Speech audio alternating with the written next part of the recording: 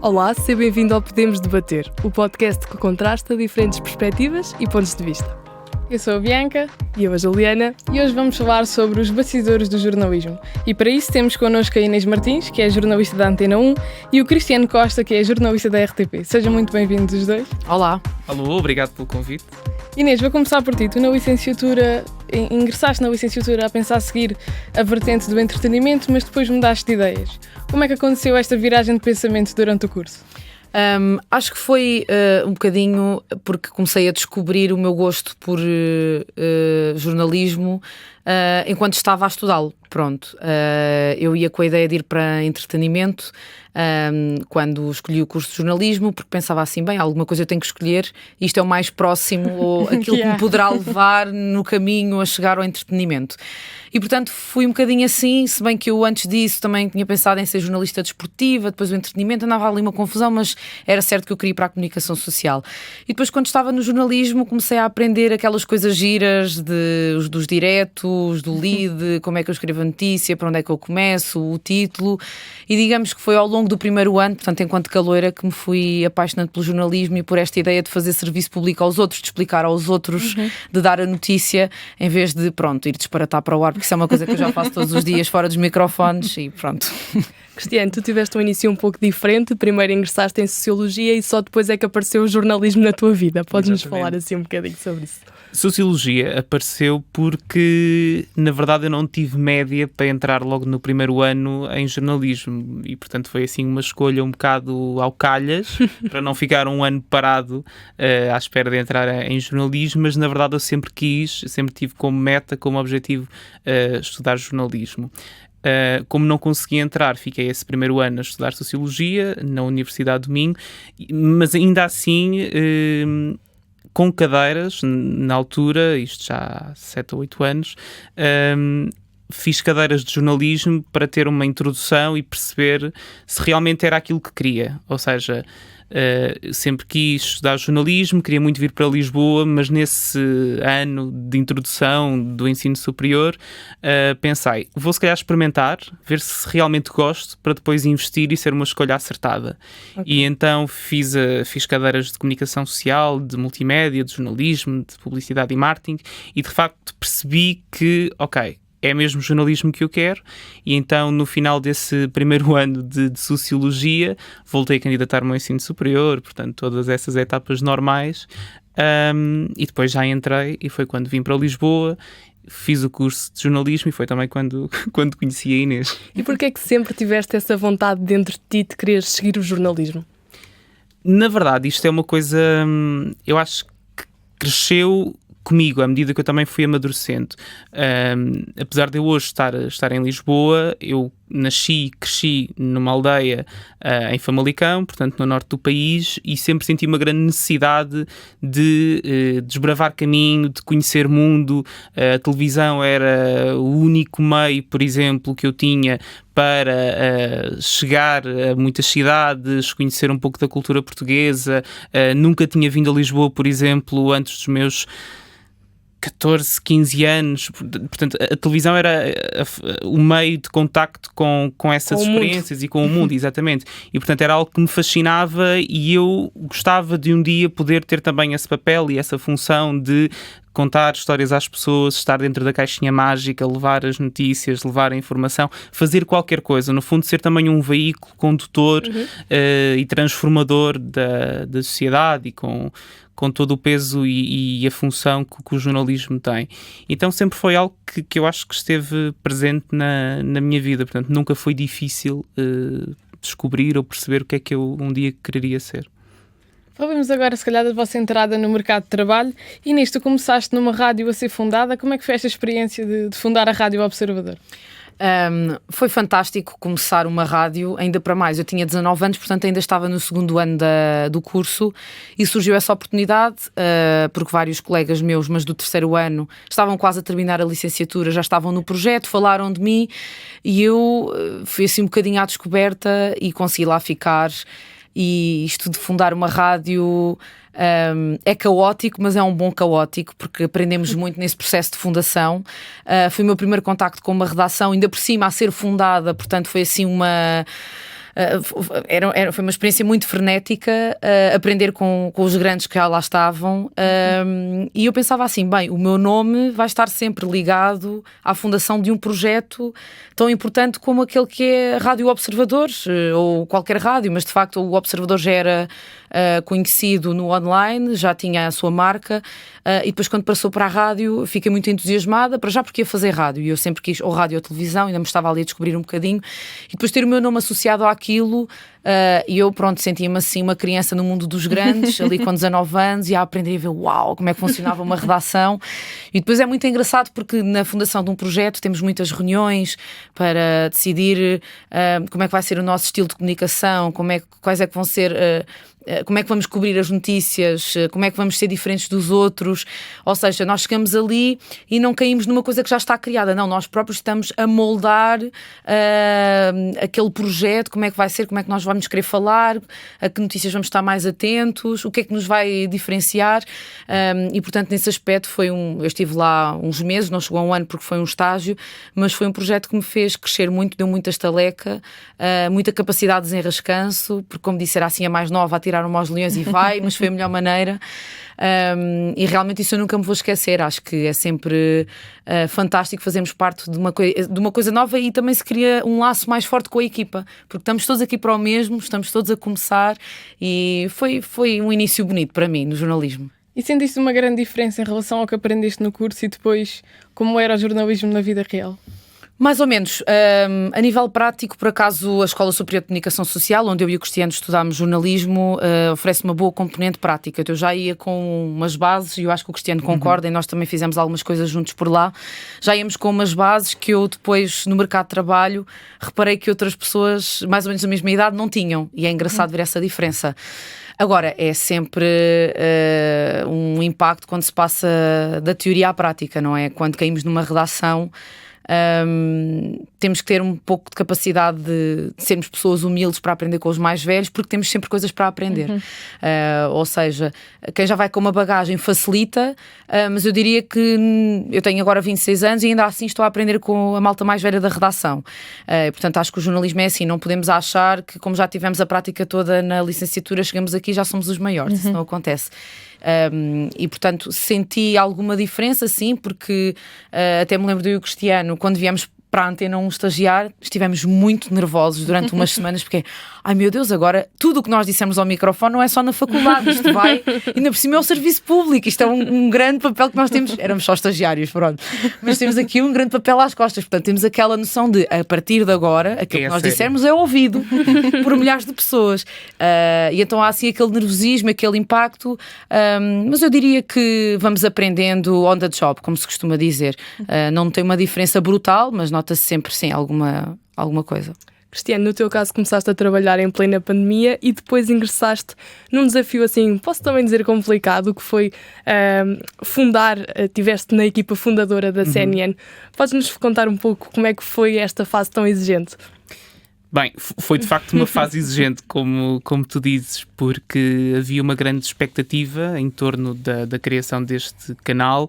Era um canal que se queria afirmar como uma referência nacional nos canais de notícias 24 horas por dia e, portanto, na altura, eu e também a Inês já tínhamos tido esta experiência na Antena 1. Candidatámos-nos já no final, portanto, quando as vagas estavam mesmo a terminar e, portanto, não tínhamos sequer grande expectativa. Sim, estava o nosso estágio aqui a acabar. Sim, e nós... não tínhamos sequer grande expectativa de que conseguíssemos entrar. Depois fomos fazendo as várias fases de teste, até que, dada altura, acabamos por ser selecionados e entramos para o projeto. E, de facto, havia uma grande excitação com tudo isso. Era um projeto novo, com pessoas novas. Já há muito tempo que em Portugal não se fazia um casting nacional para escolher jornalistas. Aliás, não me lembro do último, além deste da CNN. E, portanto, havia um grande entusiasmo também por parte da equipa da TVI, de muita gente envolvida no projeto, e nós sentíamos sentíamos esse peso e essa responsabilidade que a Inês dizia há pouco quando entrou na Antena 1. Nós acho que esse peso já foi maior aumentou quando exatamente quando foi para a CNN, com este acréscimo da exposição pública que a televisão tem, que a rádio não acompanha, porque tem esta componente da imagem. E então havia essa grande responsabilidade, e na altura nós entramos cerca de um mês, talvez um mês antes do arranque do canal.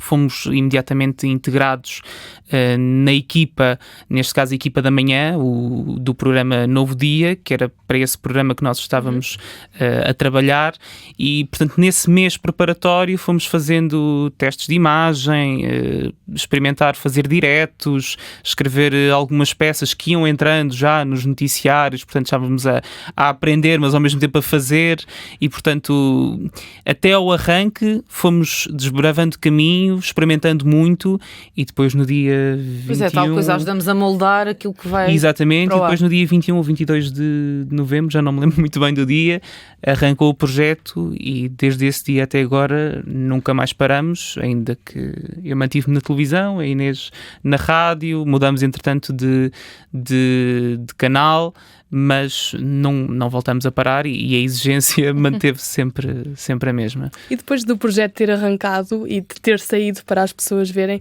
qual é que foi o vosso sentimento?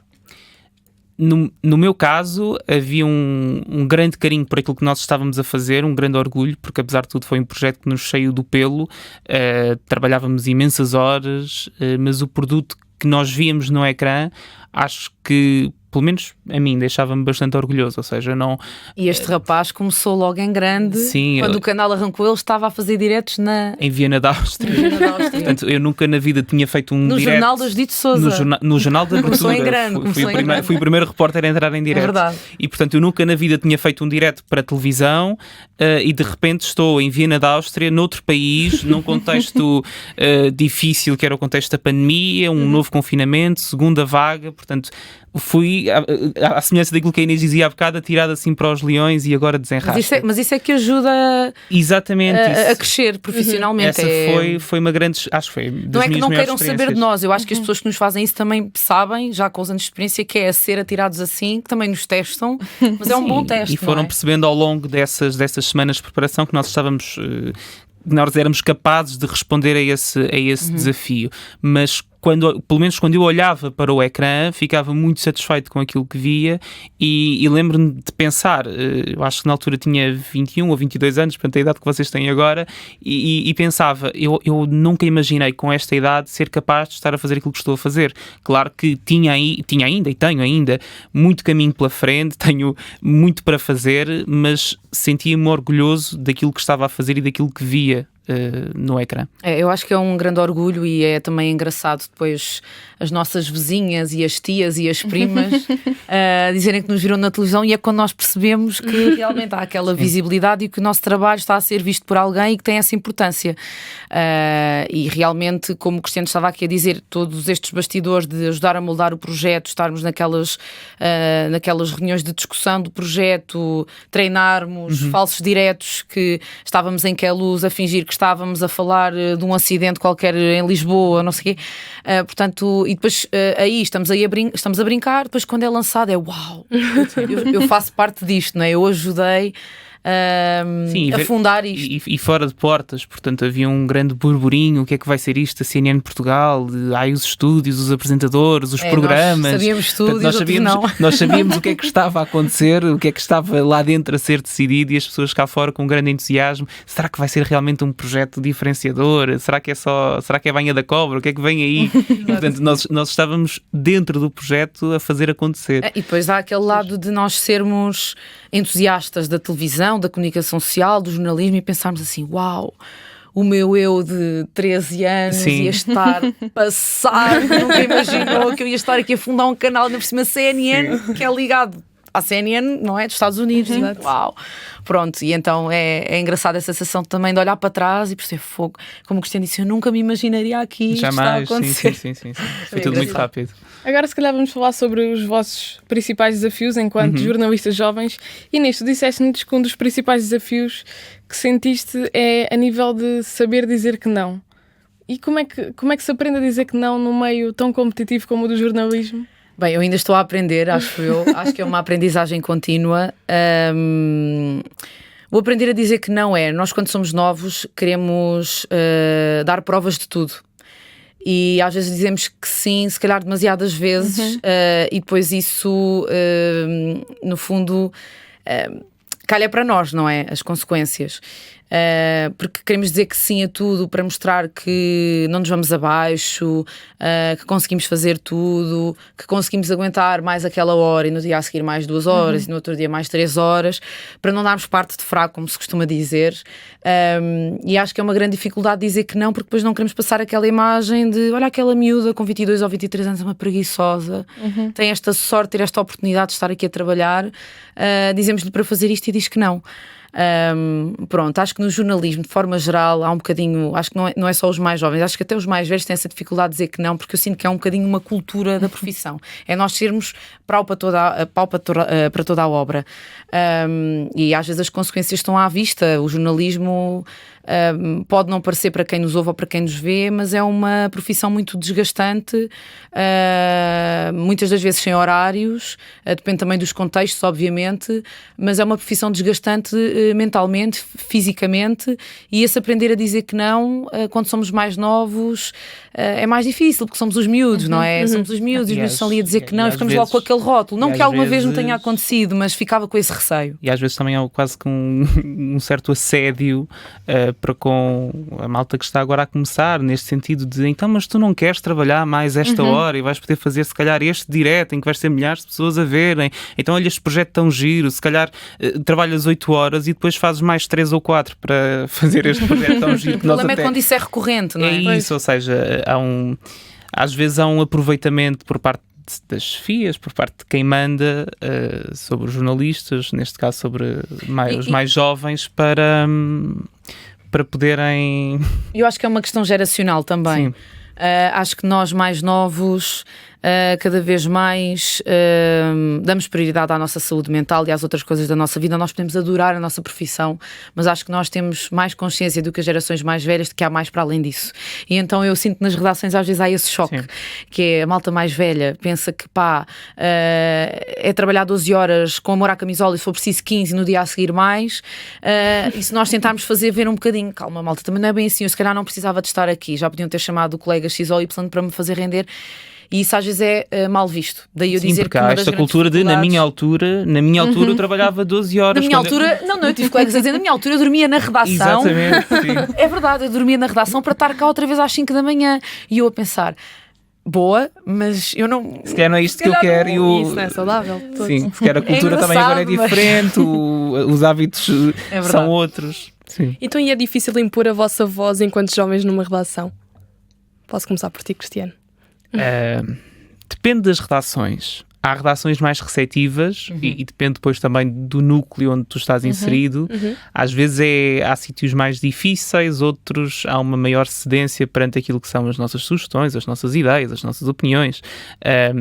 Eu diria que normalmente no início há sempre... olham para nós com uma certa desconfiança de género, quem é que é este miúdo que acabou de sair da faculdade, ainda está agora a aprender a fazer reportagem, a fazer peças, a colocar a voz, para de repente estar aqui a dar uns bitites sobre o que é notícia, o que é que nós podemos cobrir, o que é que nós poderíamos fazer. E, portanto, às vezes não há tanta receptividade àquilo que são as nossas ideias, às vezes novas formas, outras formas de contar histórias, mas isso tem que ver um bocadinho com esta mudança geracional que durante muito tempo não aconteceu nas redações e que agora começa a acontecer, ou seja, pelo menos eu e a Inês, por onde passamos, sempre nos cruzamos com pessoas muito mais velhas, algumas delas que estiveram sempre naquela redação, naquela empresa e, portanto, há menos facilidade de aceitação da novidade, enquanto que nós que acabamos de chegar de sair da faculdade temos com a energia toda. Exatamente, temos imensas ideias, estamos ali com vontade de fazer, às vezes temos de ser um bocadinho travados e aguentem aí os cavalos, porque depois no mundo do trabalho não é bem assim. E portanto também da nossa parte tem de haver essa consciência de que, ok, eu vou sugerir, vou propor, vou dar a minha ideia, mas há essa possibilidade de não ser ouvida, porque quem manda é que tem esse poder de decisão, digamos assim. Inês, fazes jus das palavras do Cristiano. Sim, eu concordo com ele e pegando agora nesta última explicação que ele deu, nós no início temos tendência para vir para aqui vomitar ideias. Eu já dei por mim a pensar no meu eu de 21 anos estagiária e realmente eu pensei, ai meu Deus, eu realmente era assim uma pulga que eu debitava tudo o que me vinha à ideia era o que eu dizia. Depois também não é bem assim, é tal coisa que eu dizia da humildade, que é nós queremos muito chegar aqui, provar aquilo que valemos, provar o nosso valor e às vezes isso é olhado assim um bocadinho com desconfiança, como se fôssemos assim muito arrebitados. Olha, esta chegou aqui, já tem para aqui 10 ideias e destas 10 se calhar nenhuma vale, não é? Mas não é que às vezes não sejam boas, mas faz parte do entusiasmo e às vezes o entusiasmo é olhado assim um bocado com calma. Ok, calma, nós chegamos aqui, queremos fazer tudo, queremos fazer parte da equipa dos grandes, não é? Dos jornalistas, queremos ser logo vistos como os outros, pronto, e realmente às vezes somos um bocadinho olhados com e às vezes também é importante ver a estrutura, ou seja, quando nós caímos numa redação na primeira vez, nós caímos dentro de uma estrutura, portanto já há um molde, já há um formato, já há uma dinâmica de trabalho. Nós vamos acrescentar, nós somos mais uma peça nesse molde, nessa linha de montagem, digamos assim, e portanto por muito que nós às vezes queiramos fazer, e isso foi uma coisa que nós com o tempo fomos percebendo, há limites, há processos, depois começamos a perceber e portanto, que ideias valem conforme a redação, a equipa. É um processo de adaptação. Nós no jornalismo mudamos muito de equipa por força dos horários, por força de certas rubricas que possamos fazer parte ou não. Às vezes de manhã, por exemplo, há ideias que funcionam melhor, à tarde já não funcionam porque há outras coisas a acontecer. Não, e depende dos colegas, de muita coisa. E daí ter de haver essa humildade que a Inês falava há bocado, de às vezes perceber que nós até podemos ter uma ótima ideia, mas se calhar aqui não faz sentido. Tem que haver adaptação. E aceitar que isso é ok. E apesar de todas as dificuldades e também da precariedade da profissão, o que é que vos faz ainda continuar? Comece por ti, Inês. Olha, acho que aquilo que me faz continuar é boa pergunta, porque realmente é uma profissão onde nós temos muita coisa contra nós. E como tu falaste, a questão da precariedade e tudo isso, já falámos aqui da questão dos horários e tudo isso também. O que me faz continuar é que eu não me vejo a fazer mais nada. No sentido em que eu acho que sou boa naquilo que faço, tenho essa confiança, acho que posso afirmar isso, modéstia à parte. Acho que sou boa naquilo que faço, pelo menos vou dormir descansada à noite. E acho que talvez não fosse fazer outro tipo de trabalho com tanto entusiasmo ou tão bem como aquele que eu faço agora, no sentido em que eu gosto mesmo daquilo que eu faço. Gosto de... por exemplo, o mais recente que eu fui fazer a campanha eleitoral, foi a primeira vez que eu fui fazer, eu adorei, portanto, ser o veículo de informação para as pessoas, para o eleitor, eu gosto disso, ou seja, eu lembro de assumir essa responsabilidade. Sim, eu às vezes dou por mim a pensar que na escola eu era aquela miúda que antes dos testes de história reunia para aí 10 pessoas e explicava a matéria. Só em história, porque é matemática, enfim. E então eu penso assim, pronto, então é isso que eu também gosto de fazer agora. Eu gosto de falar para os outros, explicar aquilo que eu aprendi, aquilo que eu sei, da forma mais isenta possível, mas ajudar. No fundo, eu acho que nós os jornalistas somos aqui os mensageiros, não é?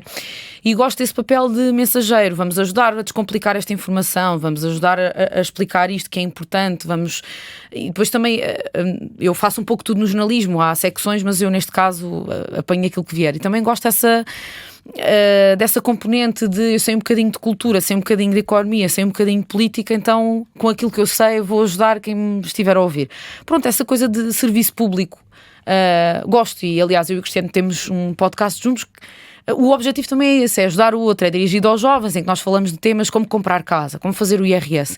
E acho que é isso que me move, e porque a nossa profissão quase todos os dias é diferente. Nós hoje estamos a falar das guerras todas que estão a acontecer, amanhã cai um relatório qualquer sobre o Banco Central Europeu e o nosso dia afinal é aquilo. Portanto, fazemos sempre coisas diferentes. E acho que é isso que me mantém, é estas coisas todas. E no teu caso, Cristiano, tendo em conta o cenário da profissão, o que é que tu vai continuando a dar força para continuar na profissão? Vou tentar dar uma resposta um bocadinho diferente da Inês, para não estar aqui a copiar. Mas, de facto, eu acho que ainda tenho muito caminho pela frente e acho que seria cedo... Tens de dizer que és bom também, que é para eu não ficar mal. Sim, ou seja, acho que apesar de tudo, acho que tenho cumprido bem esse meu papel. Acho que aí sim, acho que aí estamos de acordo um com o outro. Mas acho que ainda tenho um longo caminho a percorrer. Claro. Portanto, seria... Há que ter humildade, como seria cedo e precoce neste momento desistisse ou fosse para uma outra área qualquer, não é que às vezes não venham esses pensamentos à cabeça, acaba por acontecer. Mas há ainda muita coisa que eu quero fazer, que eu gostava de experimentar, e claro que há muitas barreiras, há muitas situações que nos fazem às vezes pensar, será que eu realmente... vale a pena o sacrifício, vale a pena todas estas horas, todo o investimento que eu estou a fazer, às vezes para uma reportagem, para o que for, o que é que eu ganho com isto?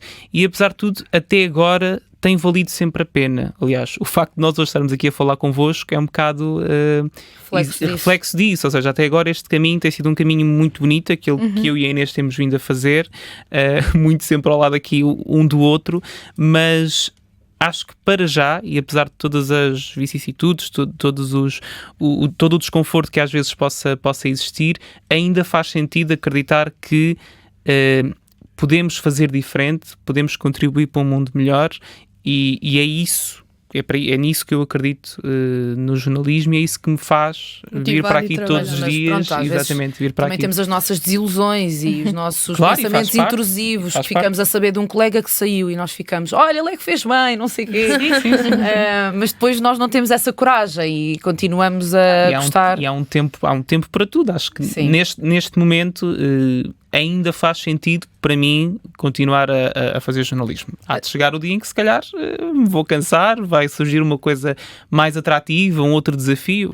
Logo veremos. Portanto, enquanto tu continuas a aprender, faz-te sentido continuar a profissão, é isso? Sim. E acho que sim, e até agora sempre aprendemos alguma coisa. Nunca senti que já tivesse feito tudo, que já não precisasse de fazer mais nada porque já sabia tudo na profissão. Não, e nós acho que isso nunca vai acontecer, na verdade. Temos estas oportunidades que depois nos lembram do quão bom é fazer isto, o ir para a campanha eleitoral, o ter feito a Jornada Mundial da Juventude, que foi um evento assim com uma dimensão, tivemos os dois na rua e uau... são estas coisas às vezes que nos fazem lembrar ir para o estrangeiro, como tu foste. Sim, às vezes ser uma notícia exclusiva, conseguir uma grande entrevista. São estas coisas que nos vão mantendo à tona e nos vão dando aqui algum oxigénio para manter-nos na profissão. No fundo é isso. Se hoje um jovem viesse ter convosco e dissesse que quer ser jornalista, quais é que eram os conselhos que vocês dariam? Posso começar por ti, Inês? Os mais difíceis vêm sempre para mim primeiro. Podes passar. Mas é engraçado porque no outro dia passaram por ali alguns jovens que estão a tirar a licenciatura, de vez em quando vêm aqui à Antena a fazer umas visitas para ver como é que são os bastidores da rádio. E entraram ali e nós, então, estão em curso em comunicação social, então, e na comunicação social querem fazer o quê? Jornalismo. E os jornalistas todos que estavam lá têm a certeza. Toda a gente, éramos 4 e nós todos, têm a certeza. Pronto, os conselhos que eu daria, um deles eu já disse, ir com humildade para esta profissão. Acho que isso é essencial para realmente facilitar a aprendizagem, mas humildade também não significa irmos portanto, disposta a que nos rebaixem, não é nada disso. Acho que o respeito temos sempre que exigir, é o mínimo, mas ir com alguma humildade. Se escrevemos um voz off, nós estamos certos que aquilo está ótimo, mas há um sénior que nos vem dizer, olha, se calhar não está assim tão bom, perceber porquê, não entrar à defensiva, acho que temos que ter essa capacidade. Depois, outro dos conselhos que eu posso dar, Falar muito com os colegas, pedir opiniões, ouvir os colegas também, porque é aí também que se aprende. E ser curioso, ou seja, não nos cingirmos à redação, à secretária da redação, sermos curiosos, aproveitarmos aquela energia que temos toda de quando acabamos a licenciatura, para se calhar começarmos a explorar aqueles temas que nós não conhecemos tão bem. Se calhar eu não tenho tanta curiosidade em economia, mas se calhar até não me fazia mal ler alguma coisa sobre isso ou falar com os meus colegas sobre isso e não ter medo de fazer essas perguntas parvas, porque é engraçado. Isso também é uma das coisas que eu reparei quando fui para uma redação. Às vezes os jornalistas estão a falar de coisas que ninguém percebe. Parece uma cambada de gente louca a falar de nomes que ninguém sabe quem são, de historiadores não sei de onde, de comentadores não sei de onde, e enquanto estagiário uma pessoa fica assim, meu Deus, eu sou uma burra, eu não sei nada disto, ou começam a falar para ali de coisas de política e de políticos ilustres que nós com 20 e tal anos não fazemos ideia quem é.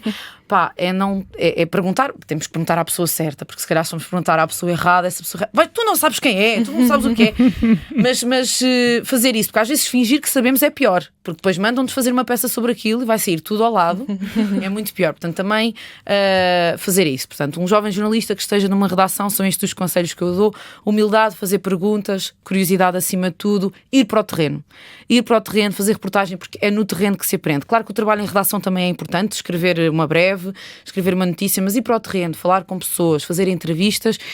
É aí que acontecem as situações mais caricatas e é aí que nós também aprendemos a dar a volta e a ser pessoas desenrascadas, porque isto é uma profissão que essa capacidade de desenrascança é valorizada e é necessária. E no teu caso, Cristiano? Bom, agora fica um bocadinho difícil aqui esta minha tarefa, porque a Inês já disse praticamente tudo. Ai, desculpa-me. Mas estamos sempre em sintonia, é bom sinal. Eu diria que se calhar aqui uma primeira dica, uma primeira sugestão é para aproveitarem cada momento do processo quando estão a começar a profissão e não terem pressa.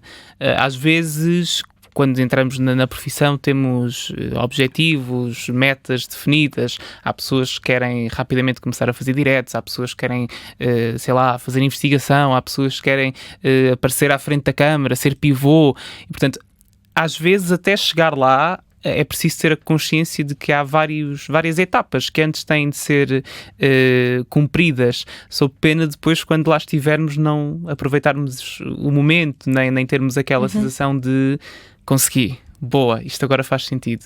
E então, se calhar, antes de, por exemplo, um dia podermos ir a estúdio ler uma peça em direto ou fazermos um direto na rua sobre uma manifestação, o que estiver a acontecer, se calhar aproveitar os momentos na redação para ver como é que os mais velhos, os séniores, fazem uma peça, como é que escrevem um texto, pedir sugestões. Eu lembro-me quando comecei, e a Inês acho que fazia o mesmo, antes de gravar uma peça, quando já tinha o texto pronto, mostrava sempre aos meus colegas mais velhos, pedia sempre segundo as opiniões e o que é que acham que posso melhorar.